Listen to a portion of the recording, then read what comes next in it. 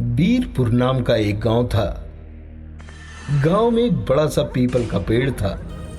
पेड़ पर एक चुड़ैल हमेशा उल्टी लटकी रहती थी। उसका चेहरा बहुत भयानक था। उसी गांव में एक शीला नाम की एक औरत रहती थी। उसका एक बेटा था जिसका नाम मोनू था। स्कूल की छुट्टियां चल रही थीं। मोनू अपने घर आया था। बेटा मोनू, तो बहुत दिन बाद घर आया है। अब कुछ दिन मेरे पास ही रहना। क्या करूं माँ, स्कूल से ज्यादा छुट्टी नहीं मिल पाती, लेकिन अब मैं आ गया हूँ तो पूरा गांव भी घूमूंगा और मिलूंगा भी सबसे। अगले दिन मोनू अपनी माँ के साथ बाजार जाता है। जब वो दोनों बाजार से लौटते हैं तब मोनू को पीपल का बड़ा पेड़ दिखाई देता है।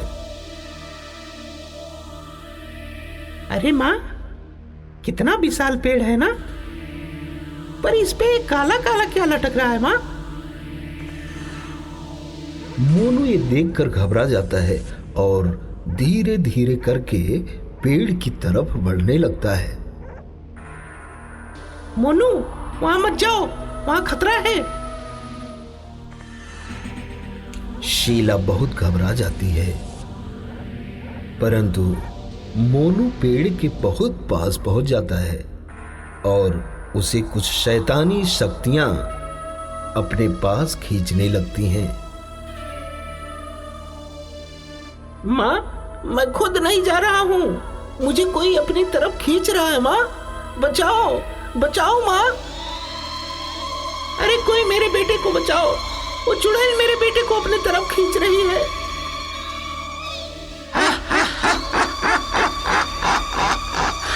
आज तक मेरे चंगुल से बच नहीं पाया कोई, और आगे भी मेरे चंगुल से नहीं बच पाएगा।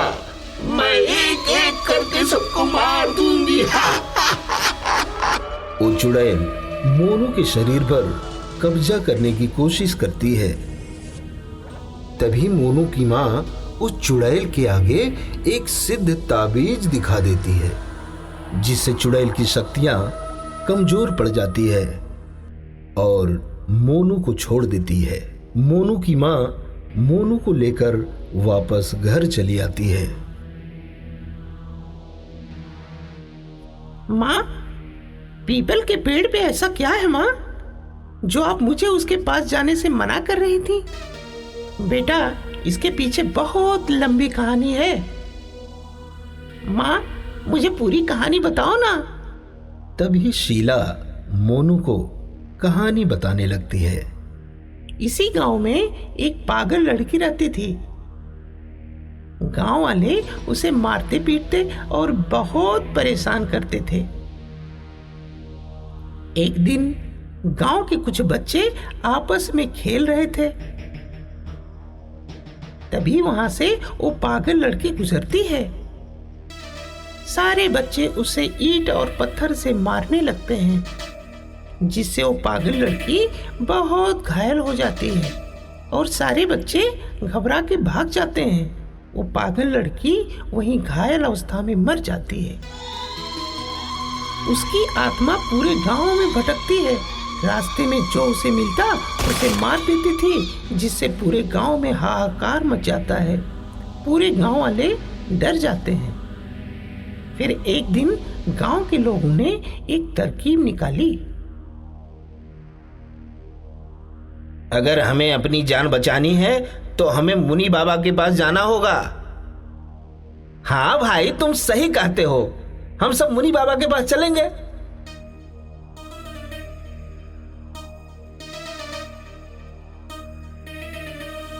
सभी गांव वाले मुनि बाबा की कुटी के सामने जाके चिल्लाने लगते हैं।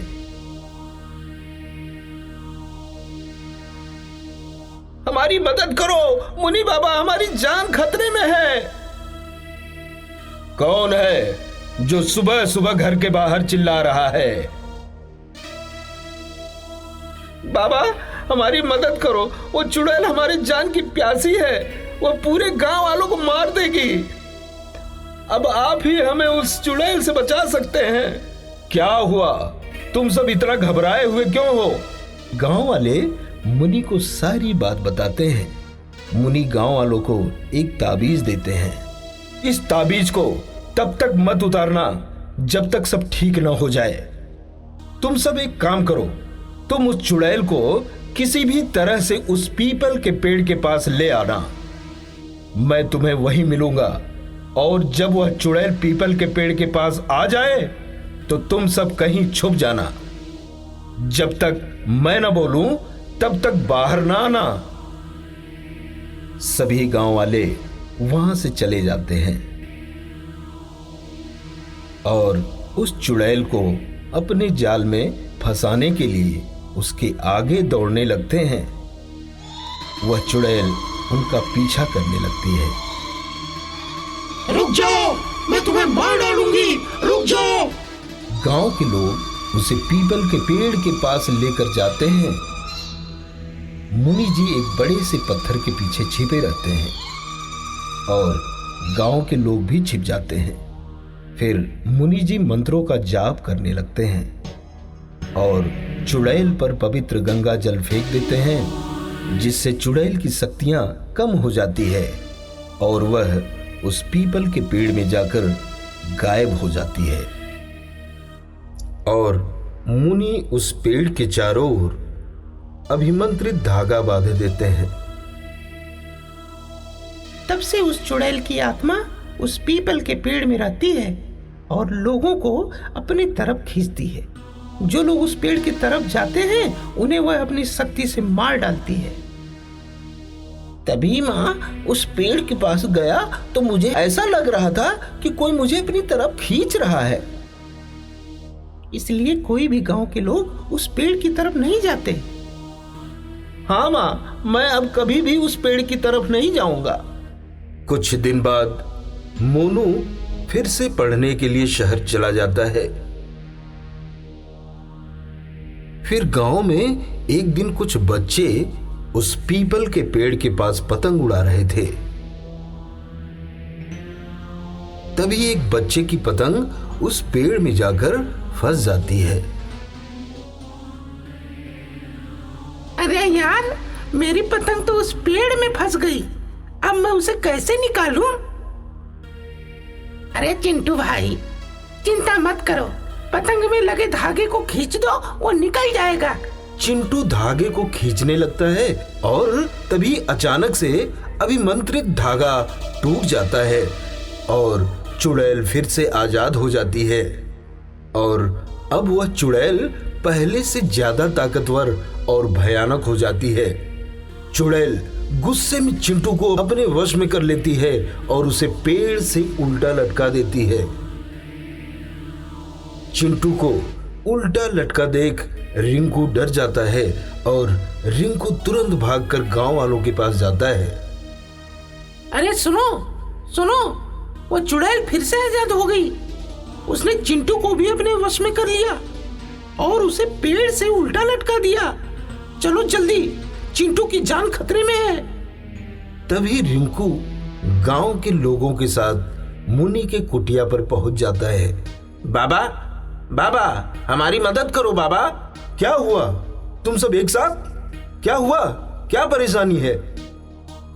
बाबा, वह चुड़ैल फिर से आजाद हो गई। अब पहले से ज्यादा ताकतवर हो गई। उसने हमारे गांव के बच्चे को पेड़ से उल्टा लटका दिया। वह उसे मार डालेगी। मैंने तुम लोगों से उस पेड़ के पास जाने से मना किया था। चलो मेरे साथ, हमें जल्दी उस बच्चे को चुड़ैल के जाल से आजाद करना होगा। मुनि गांव वालों के साथ उस पेड़ के पास पहुंच जाते हैं। मुनि जैसे ही मंत्र पढ़ना शुरू करते हैं, चुड़ैल उनकी तरफ तेजी से आती है और मुनि के ऊपर झपटती है। मुनि तुरंत ही उस पर गंगा जल फेंकते हैं और वह चुड़ैल वहीं भस्म हो जाती है। चिंटू को पेड़ से नीचे उतारा जाता है। चिंटू को होश आ जाता है। वह पूरी तरह से ठीक रहता है। अब यह चुड़ैल कभी किसी को परेशान नहीं कर सकती। मैंने इसे अब हमेशा के लिए नष्ट कर दिया है। इस तरह गांव वाले उस पेड़ के चुड़ैल से छुटकारा पा जाते हैं।